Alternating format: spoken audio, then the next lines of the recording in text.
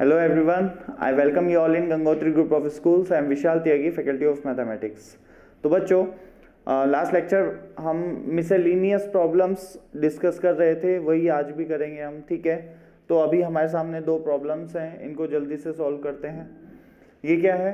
A curve is represented by x equal to sec square t and y equal to cot t, right?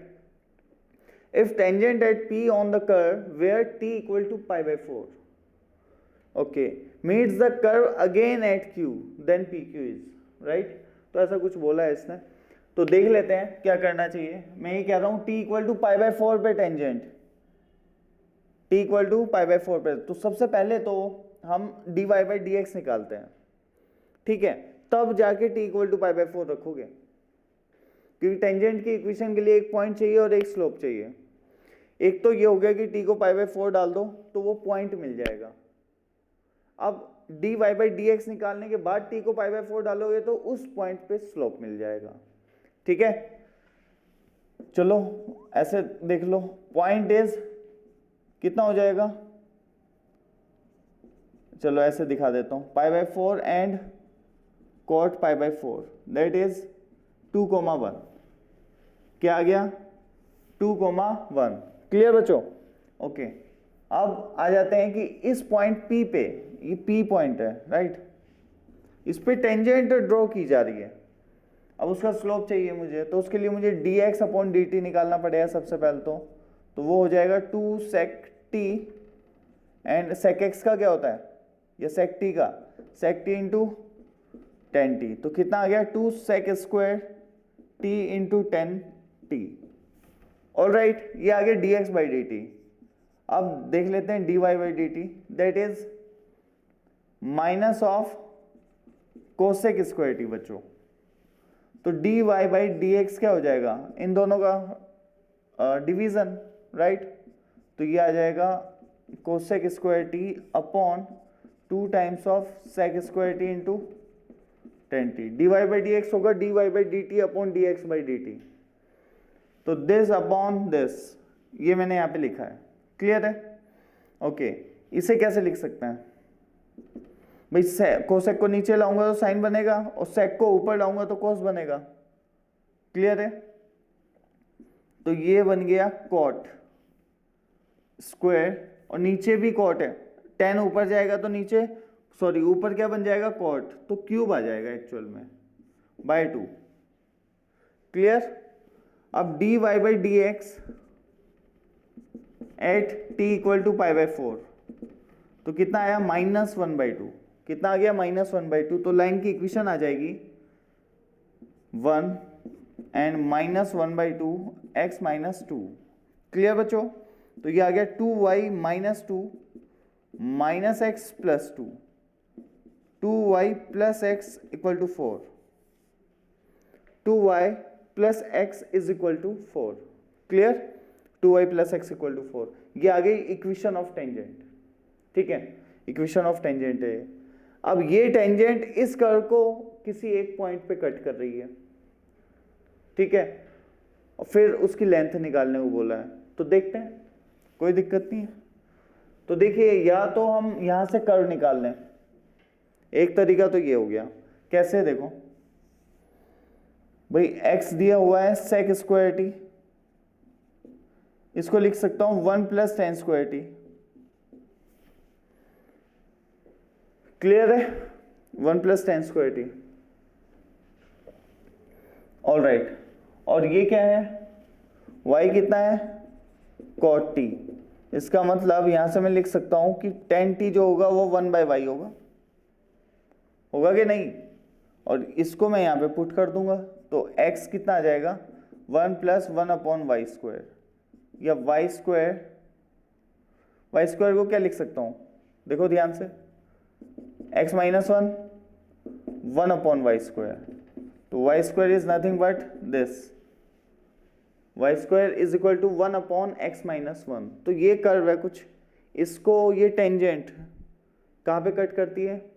एक और point पे cut करती है, उनके बीच का डिस्टेंस बतानी है। क्लियर है मेरी बात? ठीक है, तो देखिए कैसे कर सकते हैं। देखो यहां से y को उठाओ,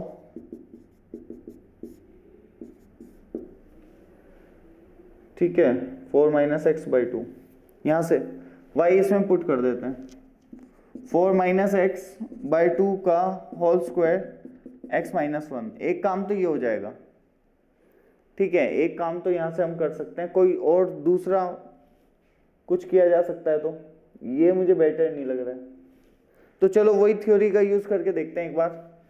कर्व निकालना से कोई फायदा दिख नहीं रहा है तो हटा दिया मैंने, ठीक है, वैसे किया जा सकता है, लेकिन मुझे ऐसा लग रहा है क्यूबिक इक्वेशन बनेगी तो वो डिफिकल्ट हो सकता है। ऑल राइट, तो मैं क्या कह रहा हूं, अच्छा नहीं नहीं नहीं नहीं नहीं, ठीक है ठीक है ठीक है ठीक है, चलेगा चलेगा, गलत कर दिया ना, मतलब ये भी तरीके से करते हैं, फिर दूसरे से भी करके देख लेंगे, कोई टेंशन की बात नहीं है, लेकिन इससे भी हो जाना चाहिए। y क्या था, cot t, तो यहां से मुझे पता चल गया tan t is 1/y। Clear बच्चों, अब x इक्वल टू क्या आ गया, 1 प्लस 1/y स्क्वायर, तो बच्चों y स्क्वायर आ गया 1/x माइनस वन, ये था ना हमारा। अब मैंने क्या किया, इस इक्वेशन को इस कर्व में पुट कर दिया, 4 माइनस एक्स बाई टू का whole square 1/x minus one. Clear, तो ये हो गया, देखो x माइनस फोर का whole square x minus one is equal to 4। अब मैं इसे सॉल्व करने जा रहा हूँ जल्दी से, देखो x square plus 16 minus 8x and x minus one 4, फिर से इसे थोड़ा सा इजी बना देते हैं, plus 16x minus 8x square, और फिर ये as it is minus X square minus 16 plus 8x is equal to 4 बच्चों। क्लियर है, अब कंबाइन करके इसे तरीके से लिख लेते हैं, एक 9x square plus 16x, sorry 16 नहीं 24x and minus of 20 is equal to 0। अब ध्यान से देखो हुआ क्या है, इस टेंजेंट को और इस कर्व को मैंने सॉल्व किया है। क्लियर है, तो ऑब्वियसली रिपीटेड रूट मिलेंगे, ऑब्वियसली रिपीटेड रूट मिलेंगे। एक्स में क्वाड्रेटिक है या नहीं, और t equal to pi by 4 के कोरेस्पॉन्डिंग, क्योंकि यही है वो कॉन्टेक्ट पॉइंट जो रिपीटेड रूट होगा, तो t equal to pi by 4 के कोरेस्पॉन्डिंग रूट क्या, x कितना है 2 निकाल रखा है ना हमने, तो x इक्वल टू 2, ये कुछ ऐसी इक्वेशन होगी, x माइनस 2 का whole square x minus beta is equal to 0।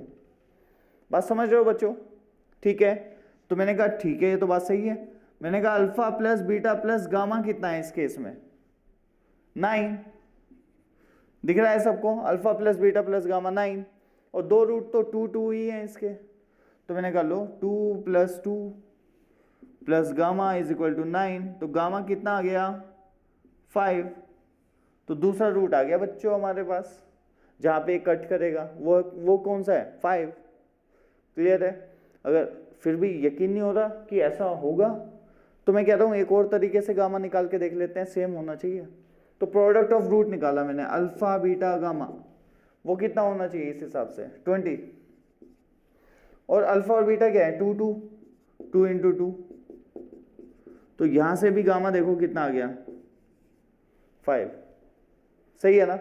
तो ये जो क्यूबिक इक्वेशन है, अब इसके रूट निकालने तो टफ थे, लेकिन मुझे तो पहले ही पता है ये टेंजेंट है ना, तो इसका जो कॉन्टेक्ट पॉइंट होगा वो रिपीटेड रूट देगा, तो उसका यूज किया मैंने, और मैंने कहा कि ये वाली क्यूबिक इक्वेशन कुछ इस प्रकार होगी, इसके दो रिपीटेड रूट होंगे और एक डिफरेंट होगा, ये डिफरेंट वाला ही वो पॉइंट है जहां पे टेंजेंट कट करती है। क्लियर है, तो गामा कितना आ गया, इसे गामा लिख लो, ठीक है, तो गामा कितना आ गया बच्चों 5, गामा ये किसकी वैल्यू है x की वैल्यू 5 है। क्लियर है, अब x की वैल्यू अगर 5 है, ठीक है, तो यहां पे मैं करके दिखा रहा हूं, if x is 5 then y will be plus minus 1/2, होगा कि नहीं, y क्या होगा प्लस माइनस 1/2, x अगर 5 है तो। ऑल राइट, तो दो पॉइंट आ रहे हैं, ऐसे दो पॉइंट आ रहे हैं, अब इसमें थोड़ा सा देखने की जरूरत है। ओके, y की वैल्यू है ये, तो 5 कॉमा प्लस माइनस 1/2। ठीक है, ये आ गया q हमारा। अब 2,1 से अगर इसकी डिस्टेंस ले लोगे तो आंसर आ जाएगा। ठीक है, अच्छा इसकी डिस्टेंस इससे प्लस माइनस पे डिपेंड करेगी। ठीक है, तो आंसर कौन सा आएगा? तो ये अभी सोचने की जरूरत है, थोड़ा सा सोचा जा सकता है एक बार कि होगी क्या, सिनेरियो क्या बनेगा। ठीक है, +1/2 और -1/2 आने तो दोनों ही चाहिए, और y पॉजिटिव और निगेटिव दोनों हो सकता है या नहीं? y पॉजिटिव और निगेटिव दोनों ही हो सकता है। तो इसको कैसे बोला जाए ये सोचना पड़ेगा मैं। Meet the curve again at q, then pq, length of pq बतानी है। तो 2,1 की जो डिस्टेंस है वो 5,1/2 से लें या 5,-1/2 से लें, that is the problem. Clear? या तो एक कोई एलिमिनेट होगा या दोनों ही आंसर होंगे। क्लियर? या ऑप्शन में कोई एक ही दिया जाएगा, क्योंकि इसके हिसाब से तो ऐसा हो रहा है। इसके हिसाब से x की वैल्यू तो सिंगल आ रही है। ठीक है, क्योंकि ऑब्वियसली x क्या है, sec स्क्वायर t, x तो पॉजिटिव होगा, लेकिन जो y है वो तो नेगेटिव हो सकता है। तो x के कोरेस्पॉन्डिंग y 2 आ रहे हैं, दिक्कत ये है। ठीक है, तो 2 पॉसिबिलिटीज बनती हैं। ओके, ठीक है, तो बिल्कुल 2 ही आएंगे, कुछ कर नहीं सकते हम इसमें। ठीक है, तो 2 आएंगे, दोनों से लेंथ निकाल के देखो, जो भी ऑप्शन में मिल जाए वही आपका आंसर है। ऑलराइट बच्चों, then pause the video and note it down fast.